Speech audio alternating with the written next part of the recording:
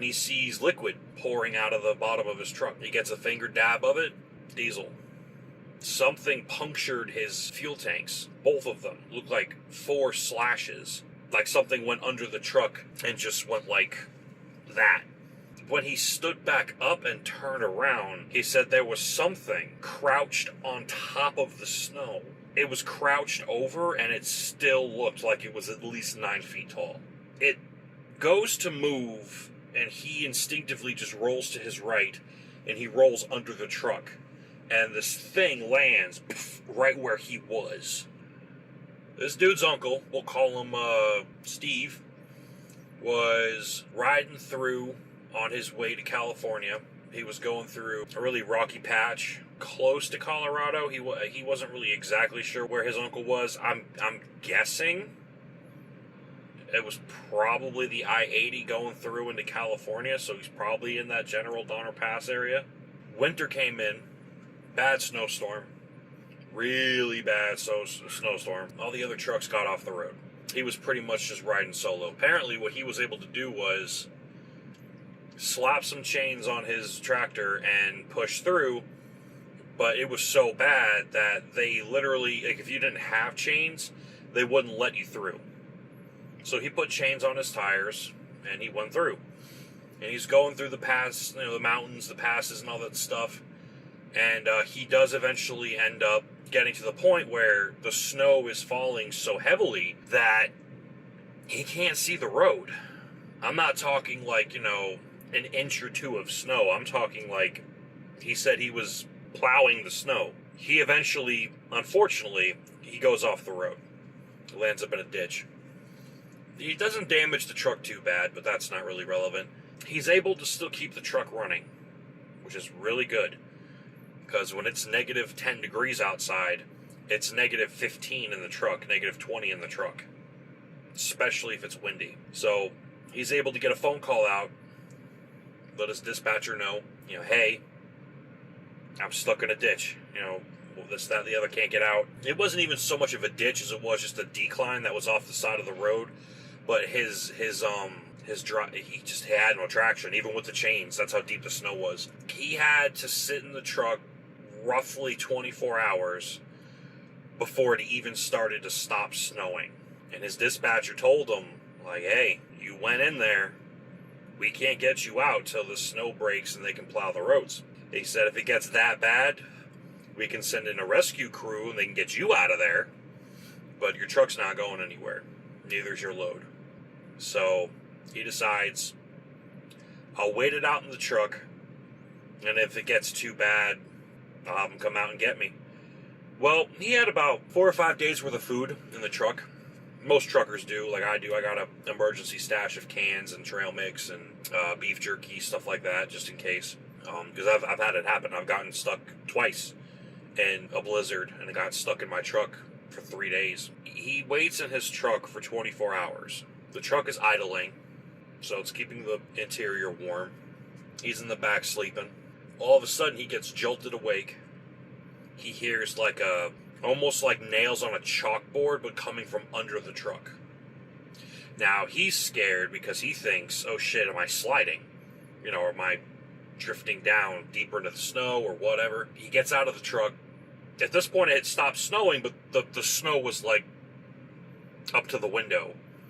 So he's able to muscle his way out. He sees the truck's not sliding. He's literally up to his, chin in snow. And all around him are, the typical pine trees you see in that area. He's in the piney woods kind of thing. While he was out there, he noticed there was a hole in the snow next to the driver's side of his truck.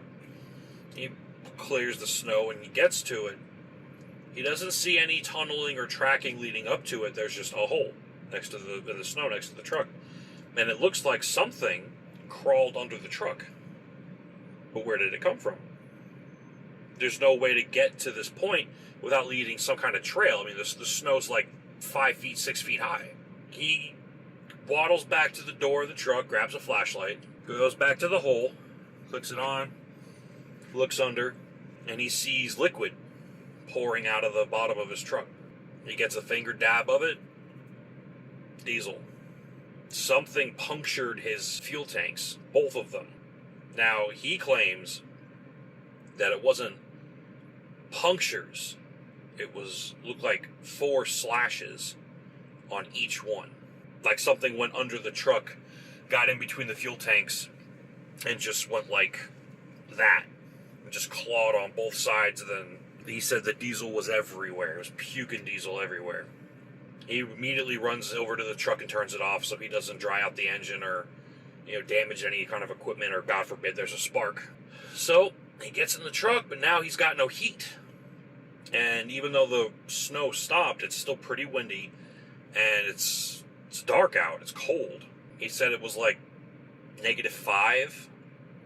So that means in the truck with the wind and everything, if the truck's just sitting there, it's probably -15 in the truck. Well, he bundles up as best he can.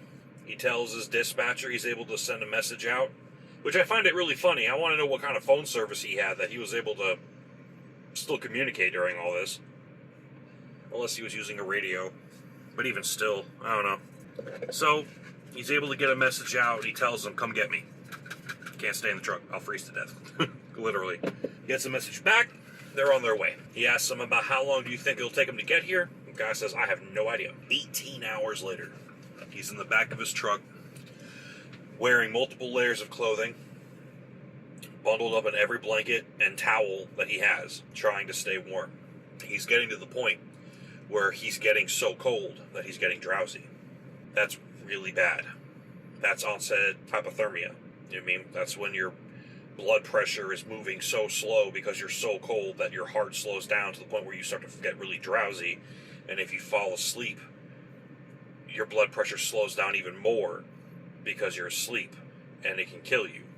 You basically just fall asleep and never wake up. So he's fighting with everything in his power to stay awake. And right before he nods off and he's like, oh my God, I'm going to die in this motherfucker, the truck shakes hard. He thinks, oh my God, I'm rescued. They're trying to pull my truck out.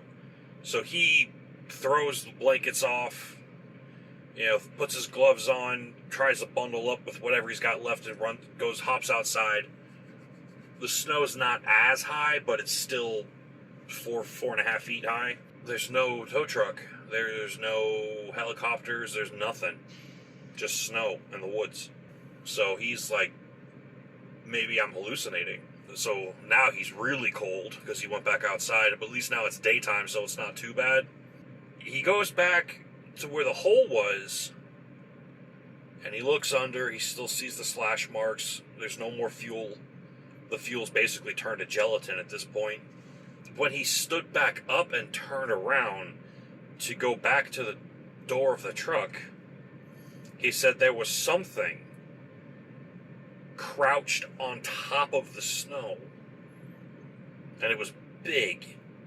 He said it was fucking huge. It was crouched over, and it still looked like it was at least 9 feet tall. Pitch black, furry skin. It was very frail, very thin looking. The first thing he noticed before he realized it was a humanoid-esque thing was he noticed the ribcage. He falls backwards and he looks up at this thing, and it's got 4 pairs of deer antlers on its head. This thing stared at him, and he sat in the snow staring back at it.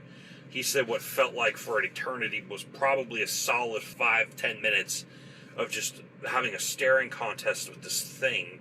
It goes to move, and he instinctively just rolls to his right, and he rolls under the truck.